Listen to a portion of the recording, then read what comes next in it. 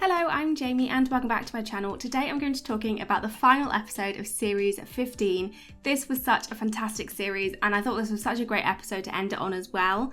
I loved that everybody dressed up in like matching outfits. This was like Sgt. Pepper, Lonely Hearts Club outfits, which really fits to the psychedelic theme, the Glastonbury music theme that we had in throughout the series, like in the theme of the house. So I thought this was a really creative touch to add to it. It was very fun. I always love it when the contestants do something as a whole, like with series 9 where they all dressed up in tuxes and that, yeah, it was just so good. So I really liked that. It was such a strong start to the episode, seeing everybody in their costumes. So onto the prize task. This prize task I thought was really good. Again, very strong. Two strong ones in a row, which I really enjoy. This one was Greg merch that should exist but doesn't currently exist. So this one I thought was really good because it forces the contestants to be creative, because they've got to think of something that doesn't exist. They've got to think of a concept and linking it to Greg or Taskmaster in some sort of way. So yeah, I really like that. It really forces them to put a bit more effort into the prize task, which I think sometimes is needed. But yeah, everybody did a good job on this one. May, of course, instantly winning this prize task. This was just such a fantastic prize. It was so creative and obviously so much effort had gone into it. And I liked that it was something that May made with their dad rather than just like commissioning it somewhere else. Like this, yeah, the effort and everything that went into this, like the love that went into this, was just absolutely fantastic. And I think it shows why May is winning this series, because yeah, they just put so much effort in and they want to do well. So yeah, just absolutely fantastic prize. And yeah, this kind of sealed May as being the winner for me. Ivo's one was also really good. I did enjoy the nostalgia around it, the linking to Greg's like first stand-up show. I thought that was really good. And the actual prize was very silly, like the cheese ball catapult for dogs, which is just a very, very silly prize, but I loved it. It linked very well to the beginning of Greg's career. So yeah, very nice personal prize, I thought. So yeah, this is really good. I love the joke about things being too woke that you can't hit dogs with cheese balls. Just fantastic from Ivo all around. I thought, yeah, it was such a strong prize. Jenny's one was the coffee stencil, which was actually a lot better than I thought it would be. When she was describing it, I wasn't expecting it to be too good, but I thought it was fantastic. It worked really, really well. And I think out of all of them, this is something that they could actually turn into an actual piece of merchandise. So they could have like a Greg one or like a Taskmaster like stamp like seal thing. They could have one of that as well. So yeah, this one I thought was really, really strong. Yeah, I thought it was really, really good. I loved it, and I liked that Jenny did try to play on charity a bit, which didn't work at all, which never works with Greg. But yeah, I just thought it was really funny, and yeah, I kind of want one of them as well. So yeah, I just thought it was a really good prize. Kiell's one was really good. I liked the idea of like, oh yeah, it's more fun to be Greg. So yeah, going with the morph suit. I think the reason why this didn't do as well as the other ones is just that it was a bit more like creepy. I liked the idea of it, and I thought it was very silly. And yeah, overall, I thought it was a really good prize, but I do think there were some stronger ones. Obviously, May's one's going to win, but I'm surprised it came in 4th place. I thought, yeah, it was quite strong as a prize, but I guess everybody's was quite strong as well. But yeah, that's a shame, but I thought it was very fun, very silly. Frankie's one was very weird, like death beanbag. Yeah, I agree with this one being in last place. I guess, yeah, he was going for this weird concept thing. Personally, for me, I don't think it related too much to Greg, which I think is the primary point of this prize task, is it's something to do with Greg. And the only link to it was that he was saying we're both old. So yeah, I definitely think this one deserves in last place. Again, not that it's a bad thing, like obviously there's effort been put into the concept of it and doing like the drawings and stuff, but yeah, overall definitely not as strong as everybody else's. So the first task of this episode was to fill the glass up to the line from the furthest distance, which I think was a good task anyway, but then they added in that extra little thing of if 2 people use the hose, then you're both disqualified, but if you're the only one to use the hose, then you can get the points. So I think that was a good one, adding in that element of having to think about what the other contestants will do, which I think both May and Kiell did a fantastic job of doing. May immediately thinking Kiell will be the one to use it, and then I loved Kiell's impressions of everybody else. Just, it was a really, really strong, funny episode. like funny task to end the series on. So yeah, I really liked this. I thought it was really good. I think putting the 4 people who didn't use the hose together was fun because we always knew that Kiell would be the one then to use the hose. So I thought the editing was really good on this. And I think everybody had a decent attempt at it. I kind of wish we saw a bit more of everybody's attempt because I did find it quite hard to follow what some people were doing. Like Ivo, for example, I was never really 100% sure what Ivo was doing, which is kind of characteristic of Ivo's attempts. But yeah, for me, I just like pulling the string. I just didn't really understand what was going on with his. But I'm not surprised it didn't work from the like little bits that I did see. But Frankie's, I thought he had a really good start. Going high up is a decent way of trying it out. Obviously, it didn't work that well, and then just ended up lobbing the glass into a bathtub, which was funny. I liked that both Alex and Frankie tried to argue that in a way the water was up to the line, but I do agree with Greg in ruling that shouldn't have counted because I personally don't agree with that. I think the word fill there is very important to the task. So yeah, that's personally, I agree with him not getting the points for that as well. May and Jenny I thought were very, very strong in this, but not to start. It was definitely a learning progress for both of them. They, like with Jenny starting off doing the really complex tube system, but half of the tubes being solid. I thought that was absolutely hilarious. But then going really, really strong with the balloons over the water, which was such a fantastic way of doing the task. And yeah, I absolutely loved that. I thought that was really good with the darts. Fantastic attempt, but just, contrasted with how badly she was doing at the beginning. Oh my God, it was just an hilarious task. It's a very, this is a very typical Taskmaster task. We've had quite a few that we could describe as classic Taskmaster tasks. And this is one of them. And it is kind of like people haven't seen the show when they're doing this task because their attempts just seem it doesn't seem like they know what they're doing at all, which I think is hilarious. I wonder if this is maybe one of the first tasks that they did, or maybe people are just tired by the end of it and they weren't just thinking as strongly as before. But yeah, Jenny with the water balloons and the darts are fantastic. May, again, quite weak at the beginning with trying to throw the water in, which, just ridiculous attempt of something there. But then going with the tubes in the end, which I thought was actually doing the tubes well. I think that's a very classic way of doing it. I think it makes a lot of sense, and obviously you can get the length there as well. So yeah, I thought May had a really good attempt. And one thing with Jenny as well, she did manage to get the water in using the tube thing, and I like that she went and had a second attempt and did something different. I think that's always nice to see when they realise they've got more time. It's like, right, yeah, let's do more. Let's do as many as we can, different ways. So I liked that. I thought it was a really, really strong attempt from both of them. And then we had Kiell. This is just so funny. I can understand not realising that you can put the hose in the thing and go away and turn it on from the tap. I can understand that, but there's the fact that he carried on using the hose. He was like, oh, well, I've picked the hose. This is all I'm going to use. He didn't even attempt to do anything different and try and change up the way he was approaching this task. He was just like, I'm just going to stand with the hose not that far away and try and fill up the thing. And oh God, it was disastrous, absolutely disastrous. And somebody that is in second place and really needed to narrow the gap here to be able to win it was so bad, but I absolutely loved it. The next task we had was the chess one. We had to copy what Alex was doing afterwards.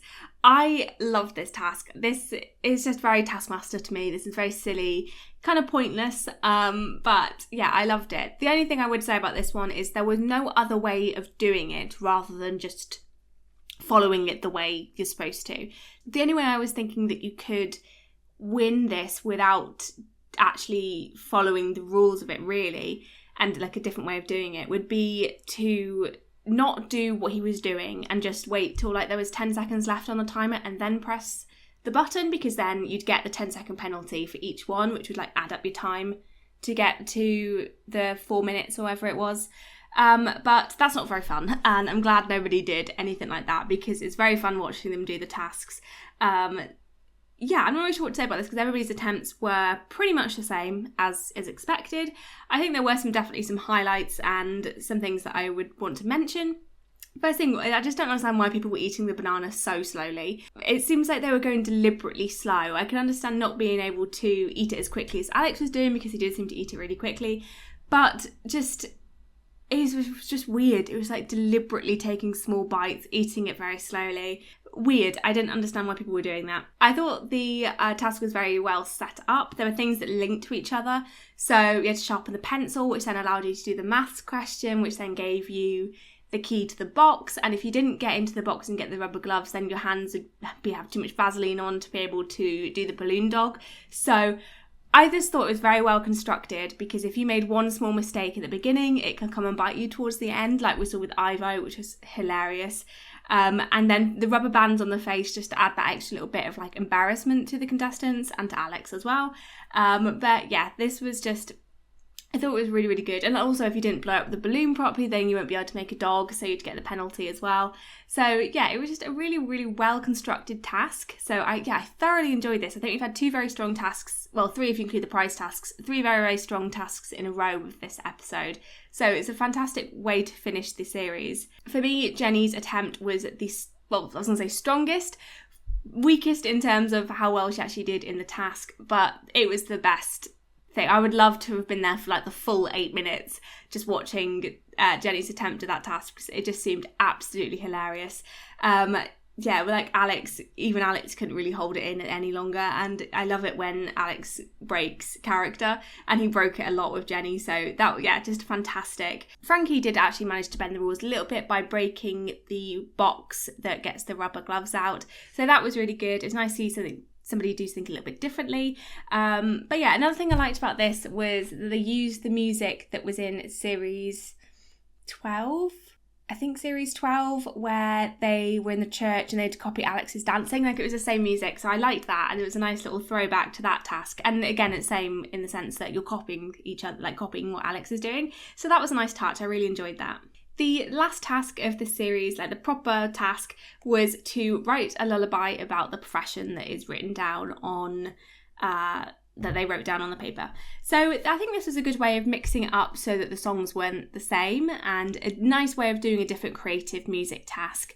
And I think both teams did a really good attempt. I did find it really hard to narrow down which one I liked best, because I thought Frankie and Ivo's one was quite funny, and it still had that like lullaby kind of tune. I liked all the little aspects of Ivo being on a lead, and then playing percussion on a dog mess bag. I thought theirs was really good. I liked the I just thought what they included was very good. A little bit of like dark elements to it as well.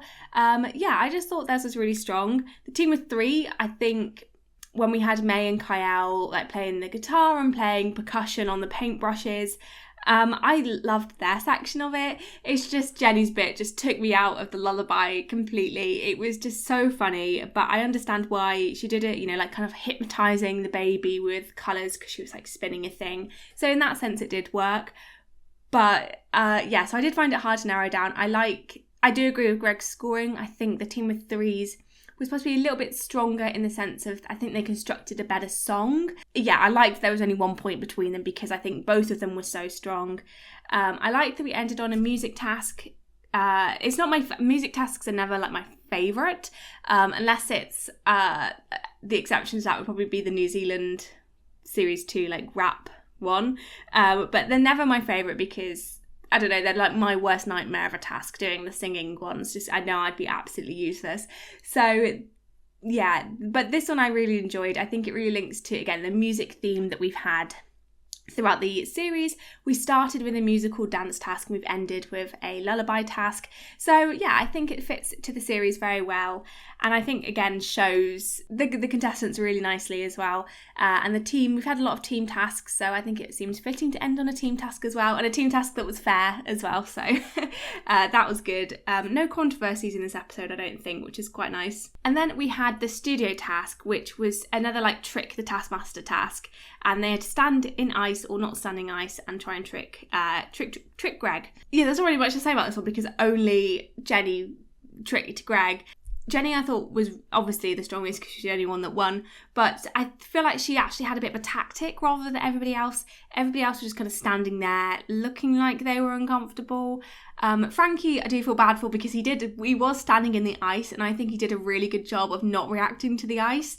But he got caught anyway. Yeah, I was very impressed by how he was able to not really react to it. I think he did a great job. But Jenny, with the over-exaggerating, making it look like she was obviously faking that she was in ice, and then not, just absolutely brilliant. I thought it was really good. So I like that. It was a great way to finish the episode. Not the strongest studio task, but still a really good one. We had our first ever tiebreaker, which I didn't actually realise until this episode that we hadn't had a tiebreaker. I like that we ended on it. That was quite fun. And yeah, the first and only tiebreaker, and it was to scream the loudest with your mouth closed, which I thought was quite a fun one. Quite fitting to end the series with just screaming, which I think is quite funny. But yeah, I think this was just a fantastic episode to end a fantastic season. For me, the highlight of this series in general is the contestants. I think they have been fantastic. They've all worked really well together. They've all brought different things to the table. They've gelled really well together. I think the way they split the teams worked really well. So yeah, overall, I think they were fantastic. Everybody put in a good amount of effort. People were competitive, but not like overly competitive. And yeah, I really enjoyed everybody on this one and would have been happy with anybody winning. But yes, May absolutely did deserve to win. They put in so much effort throughout the whole series. And I felt like really knew the show and really knew how to find little loopholes. And I thought just had really like a lot of fun with it. Like wasn't overly competitive or anything like that. So yeah, just a very, very strong contestant. And I can't wait to see them in Champion of the Champions 3. I think, as I said on my channel before, the tasks weren't the strongest. I think obviously some of the team tasks were a bit unfair. And yeah, just didn't really work as well as they tend to do. So hopefully they fix that in future series if they do have to bring in a different contestant, like what we had with Josh Widdicombe coming in to even out the tasks a bit. So I hope they do something like that, because I said it's lovely to see Taskmaster contestants come on, or if they get somebody else, I don't know, but even if they get somebody to help and even them out a little bit, that would be really great.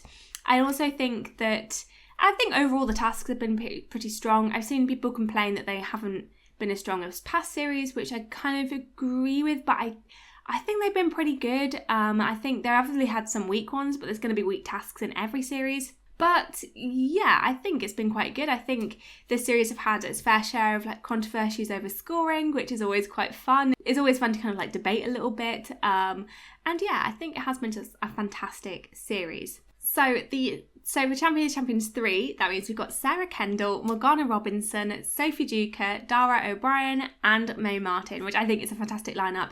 5 quite competitive people. And I don't know who's going to win. Maybe Dara might be, I don't know. I think he is one of the highest scorers overall. But yeah, I think all of them have a very strong chance of winning, and I cannot wait to see this one. Everybody is just really strong. I think Sophie was in a very strong season. So was Morgana, actually. I think Morgana only just tipped it with Gus as well. So yeah, and I think May's kind of ran away with this one. I think also just 5 hilarious contestants as well. So it's going to be a fantastic Champion of the Champions. Now, obviously, as we've had a series end, that means we've got the cast announcements for the next series, which is series 16. And yes, I think this is a really good lineup from the people I know. So with the one that we just had, I knew everybody apart from Jenny. I wasn't that familiar with. But yeah, this one, I hardly know anybody. So the lineup for series 16 is Julian, Clary, Lucy Beaumont, Sue Perkins, Susan Wokoma and Sam Campbell. So the only ones I really knew from the reveal was Lucy Beaumont and Sue Perkins. Julian Clary was somebody that I kind of recognised the name in the face, but not really that familiar with that I could really form an opinion on him. Lucy Beaumont I'm very excited for. I think she is a fantastic contestant to have on the show. I think she's going to be hilarious. I love her in Meet the Richardsons and on everything that she's been on. She's fantastic. Sue Perkins as well, I think, yeah, is going to be incredible. I really like Sue, and I can't wait for all the Mel and Sue jokes that we're going to have on this one, since we had loads when Mel was on. Mel remains one of my favourite contestants that we've ever had on the show. So yeah, I have strong hopes for Sue. They're going to be fantastic. I've seen people say that Julian Clary is going to be hilarious, so I can't wait to see what he's like. I have watched a couple of things and I'm a little bit familiar with who he is. Yeah, I think he's going to be really good from what I've heard. Susan Wokoma, again, looks kind of familiar, so I've definitely seen her on something, but again, not too much that I can really form an opinion. And Sam Campbell, I'd never really heard of before, but people seem to be very, very excited for him. And yeah, so I think I'm never going to be disappointed with Taskmaster. So yeah, I am quite excited. I like it when I don't kind of know people too much, because you don't really then form too many like expectations of what people are going to be like. So yeah, I think it will be a good series anyway. It's always going to be a good series. So that's everything I want to talk about in this video. If you enjoyed this video, then please give it a like. It's really appreciated. And comment down below your thoughts on series 15 as a whole and the series 16 lineup. How excited are you for the contestants? Who are you most excited for? And yeah, subscribe if you want to see more videos to do with Taskmaster. I'll have some more out for you soon. Thank you for watching. Bye!